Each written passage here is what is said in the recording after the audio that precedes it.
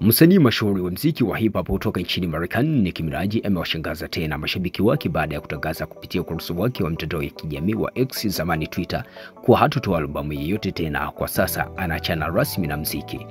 Nicki Minaj ambaye mwaka 2019 aliwahi kusema kuwa anaachana na muziki ili kujikita katika maisha ya familia, alikuja baada ya kuomba radhi kwa kauli hiyo, akisema alisema kwa hisia kali na pengine bila kutafakari kwa kina. Niliumizwa kwa maneno yangu awali, nilikuwa katika kipindi kigumu sana. Hisia, alikiri kuwa Nicki Minaj mwaka 2020 baada ya kurejea rasmi kwenye muziki. Comeback yake ilitokea kwa kishindo mwaka 2023 alipotangaza na kuachia albamu yake ya Pink Friday 2 ambayo ilishika nafasi ya kwanza kwenye majukwaa makubwa ya muziki kama Billboard na Spotify, na kuthibitisha kuwa bado ni tishio katika tasnia ya muziki wa dunia. Lakini sasa Nicki Minaj ametoa kauli mpya kupitia mtandao wake wa kijamii wa X, zamani Twitter: nimeamua kuacha muziki, albamu mpya haitotoka tena, na hii ni safari mpya. Asanteni kwa upendo wenu. Oktoba 15 mwaka 2025 ndipo ameweza kutoa kauli hiyo kwamba ameacha muziki rasmi.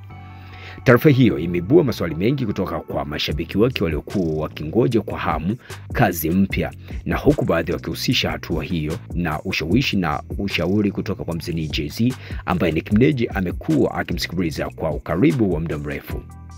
Wakati bado hakuna ufafanuzi rasmi kuhusu kilichomsukuma kufikia uamuzi huo, mashabiki wanaendelea kumwombea na kuamini kuwa huenda akarudi tena kama alivyofanya huko nyuma.